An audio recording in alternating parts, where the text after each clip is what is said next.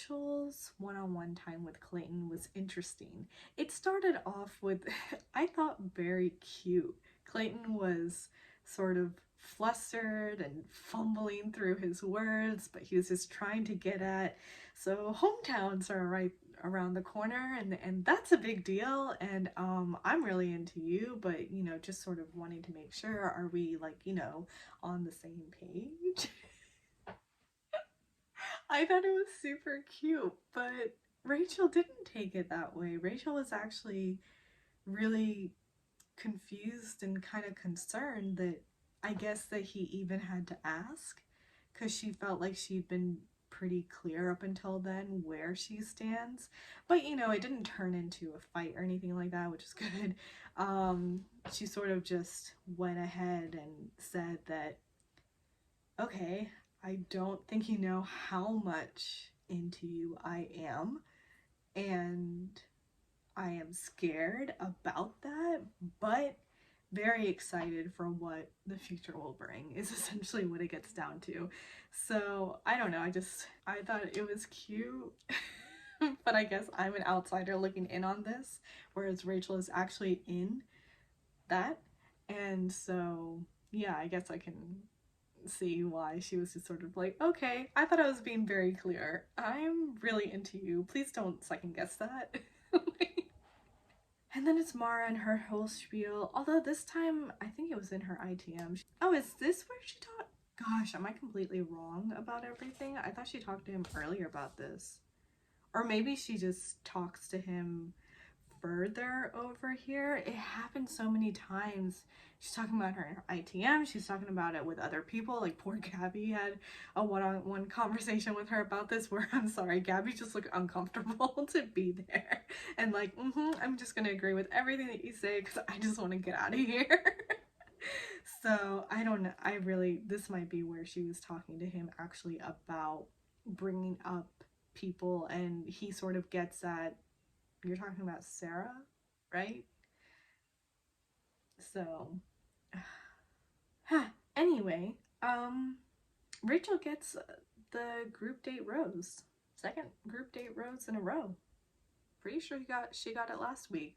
And she looks surprised every time, but it's like a pleasantly surprised sort of thing. I'm shocked that, I mean, it must be happening and they're just not showing us, but I'm shocked that people aren't getting upset by that, okay, we get it, she's the front runner. Why do you keep giving her the group date rose?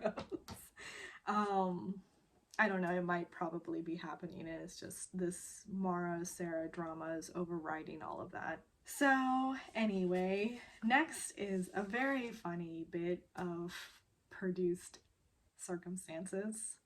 Clayton's just sort of walking around his room in a turtleneck and slacks, and he's just sort of pacing, and then looks down and someone has slid a letter underneath his door. He opens the door, looks in the hallway, sees no one there, goes back in his room, opens the envelope, and it says, "Meet me at the clock tower." Very ominous music playing.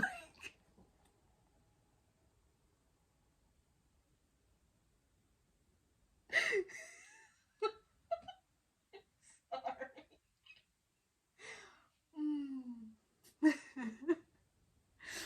Yes, it's all very serious.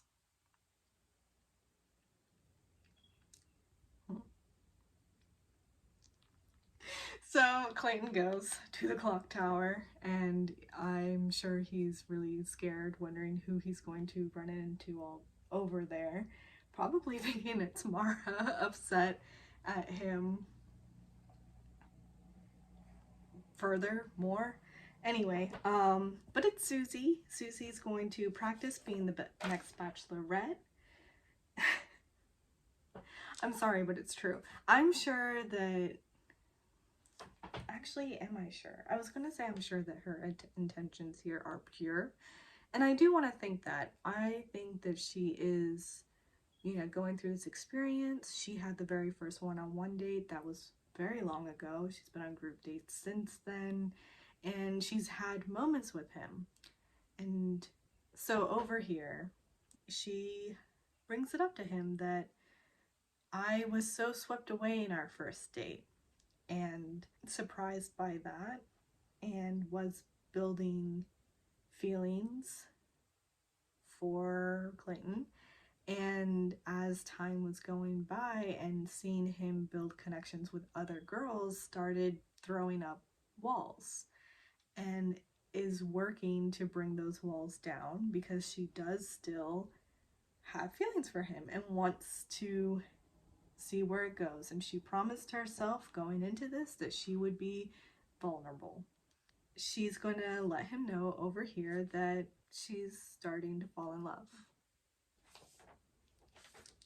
I think it's sweet. I do believe her. I believe that Susie is going through all of this exactly as she's saying it. I also believe that producers had their eyes on her from the beginning for being the next Bachelorette. And they are helping frame that along to the best of their ability. They hear her talking about how she's probably sort of in her head and worried and unsure and all this kind of stuff, and they say, hey, you know what, why don't you just create a moment, just the two of you guys together,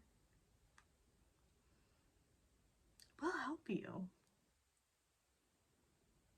There's a clock tower. um so I do think producers are just helping her along and making sure that she always comes up looking in the best light. But I do also believe that Susie is genuinely just trying to figure things out. She has feelings and is curious on where that can go. And when you see him having connections with other people, I think it's going to be hard to watch. And then makes you second guess yourself, makes you second guess the connection, and makes you worry. And then you want it even more. It's natural ways of that mindset going through, which is why it's like, I do believe Susie. I also believe the producers want her to be in the spotlight as much as possible, in a good way. So Susie had her one-on-one date with Clayton and it went well. Yeah, because he's just over the moon happy about it. She did something for him. I think that really touched him. And he's into it. So, after Susie's one-on-one date is when Gabby is having her uncomfortable conversation with Mara, and Sarah is going on her one-on-one date, which we see first Clayton talking with Jesse, expressing his fears. Jesse being like, okay, you're having fears is what's going on. I had the same ones at this stage in my process. You just have to keep going. It's basically what Jesse says. And so Clayton goes in, and it's the nighttime portion. Did they have a daytime portion and we just didn't see it, or did they not? I feel like Sarah had referenced just the day in general at one point, so I think they did and we just didn't see it, which means he just sat on Mara's warning throughout the day, which, I mean, the show makes them do anyway, so whatever, we're just rolling with it. Sarah toasts about wanting to keep building through honesty and sincerity as they have been, and to continue doing that to build their future, which, you know, just lines it up perfectly for Clayton to be like, about that. So I heard from somebody that you're not here for looking for a long-term commitment. Thoughts?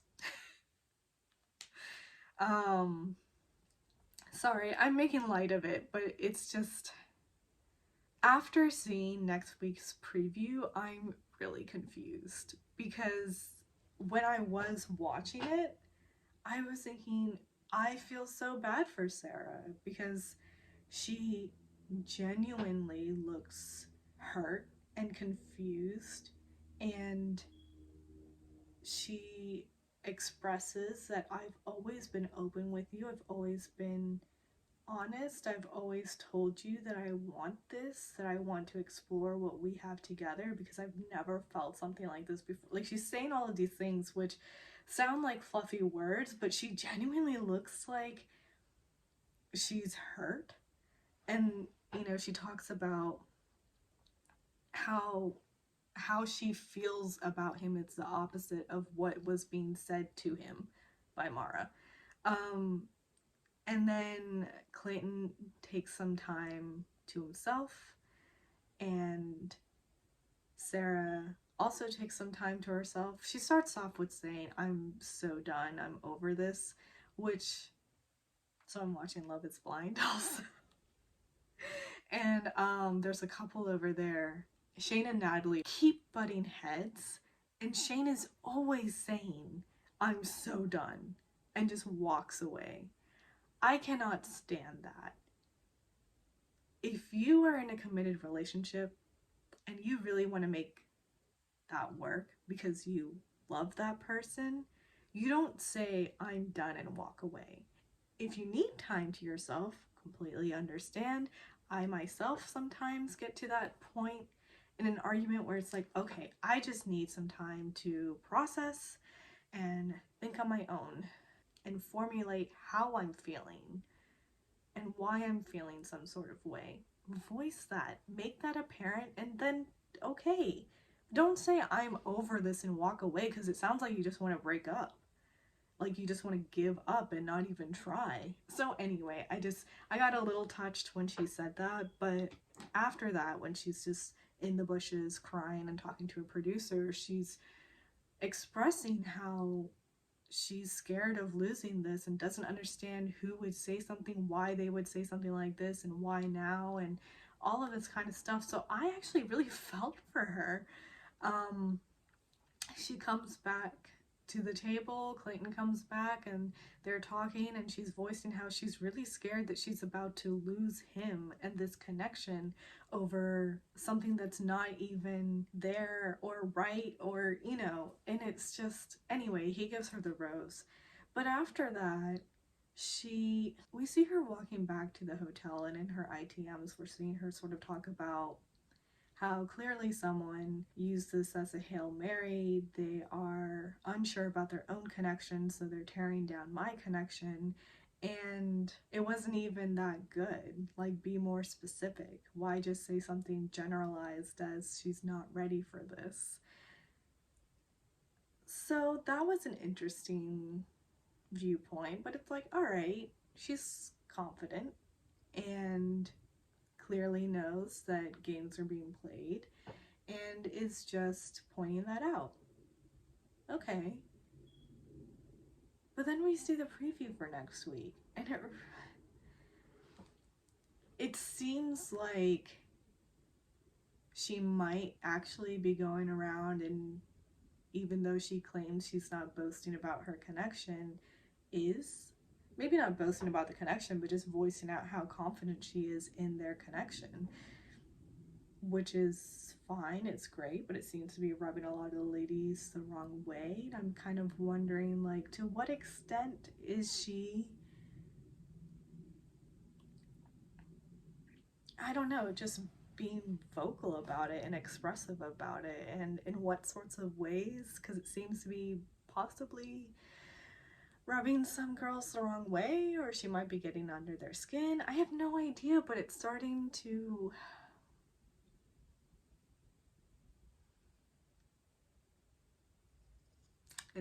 look a certain way, and I'm not sure what's going to happen, but we'll have to wait until next week and see, because that was it. That was week 6. A lot happened. A little bit of rinsing and repeating, but a lot happened. So thanks for watching, and we'll be back next week for week 7.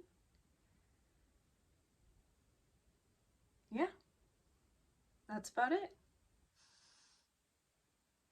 Toodles.